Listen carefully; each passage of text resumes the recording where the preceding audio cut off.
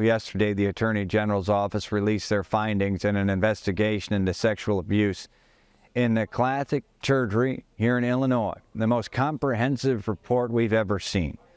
5 years, that's how long the state AG took to complete the bombshell report on Catholic Church sex abuse in Illinois. Nearly 2,000 victims in all. It added hundreds of abusers to the ones already known. Hundreds of abusers and hundreds of victims added to already known ones. Now, here to talk about it is Mike McDonnell of the Survivors Network of Those Abused by Priests, or SNAP.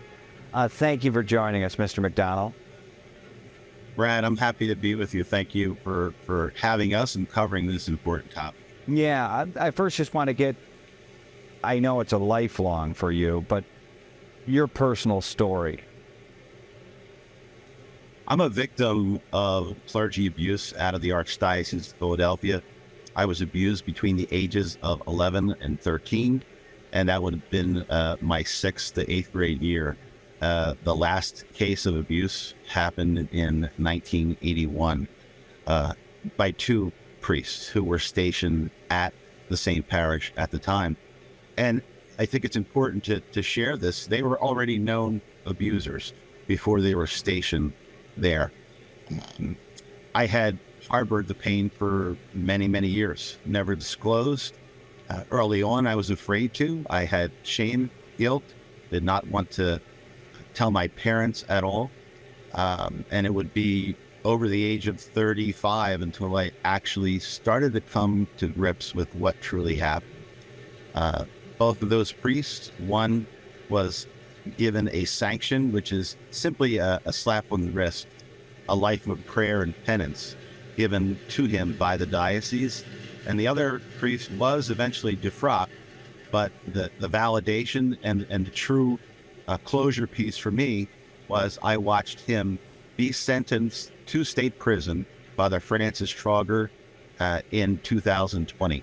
Not on my case because I was out the statute of limitations, but on another case, his MO didn't change for years. It just goes to show the 25 years of my life would have been totally different had the diocese taken care of the sheep instead of protecting the abusive shepherds. Yeah, and that's an anomaly there, although it wasn't directly related to you. You were certainly part of the push, and a rarity for someone to serve time, a priest, for a sex crime.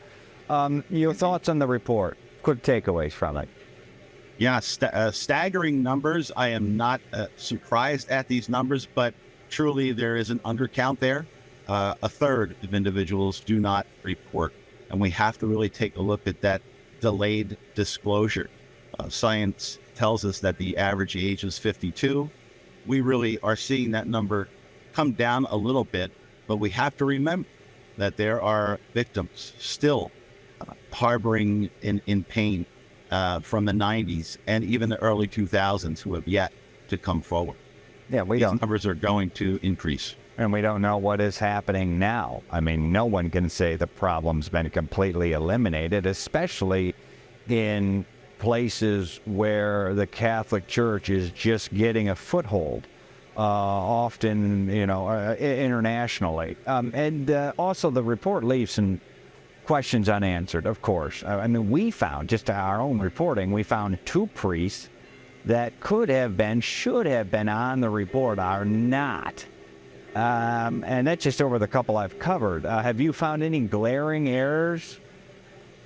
So, going through the whole report, it's, as a survivor and certainly one who works in this arena on a weekly basis, it's something that we have to digest over a couple of days, do our research. We want to be accurate with the information.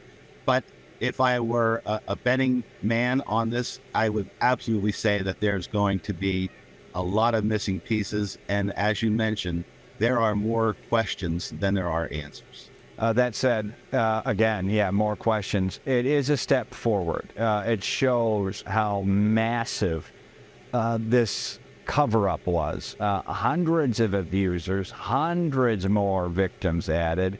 Is the church doing better? I mean, they obviously were forced here, but do you believe there is an authentic remorse amongst the higher-ups in the Catholic Church? And then are you, the church, the members, doing better?